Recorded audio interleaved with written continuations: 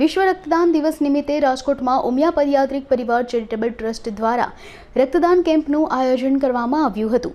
સંસ્થા દ્વારા અત્યાર સુધીમાં 295 રક્તદાનનું આયોજન કરવામાં આવ્યું છે।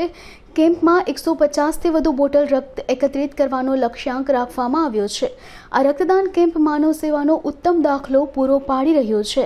ધર્મેન્દ્ર ઉકાણી શ્રી ઉમિયા પદયાત્રિક પરિવાર ચેરિટેબલ ટ્રસ્ટ દ્વારા આજે બ્લડ કેમ્પનું આયોજન કર્યું છે। આજે વિશ્વ રક્તદાન દિવસ છે, તેમ છતાં 2 દિવસ પહેલાં અમદાવાદમાં જે દુર્ઘટના ઘટી એમાં આપણા પનોતા પુત્ર એવા વિજયભાઈ રૂપાણીનું જે અકાળે અવસાન થયું છે એને શ્રદ્ધાંજલિ રૂપે પણ આ બ્લડ અમે એને સમર્પણ કરીએ છીએ।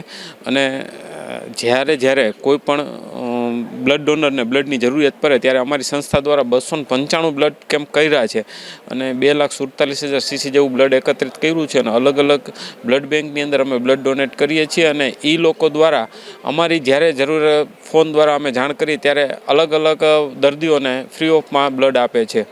આજે તો એવું છે, આજે રક્તદાન દિવસ છે એટલે અસંખ્ય જગ્યાએ બ્લડ કેમ્પ છે એટલે આજે કોઈ ટાર્ગેટ ચેસ ન કરી શકીએ, પણ છતાંય અમારી ગણતરી છે કે 150-200 બોટલ થાય તો વધુ સારું એમ। થેલેસેમિયાના બાળકોને બ્લડની જરૂરિયાત હોય છે, એના માટે અસંખ્ય સંસ્થાઓ સૌરાષ્ટ્રની નામી અનામી સંસ્થાઓ કેમ્પ કરતા જ હોય છે અને બ્લડ એકત્રિત કરતા હોય છે અને હું તો હરેક વ્યક્તિને એવું કહેવા માગું છું, દર 3 મહિને બ્લડ આપો જેથી આ બાળકોને જરૂરિયાત આપણે પૂર્ણ કરી શકીએ।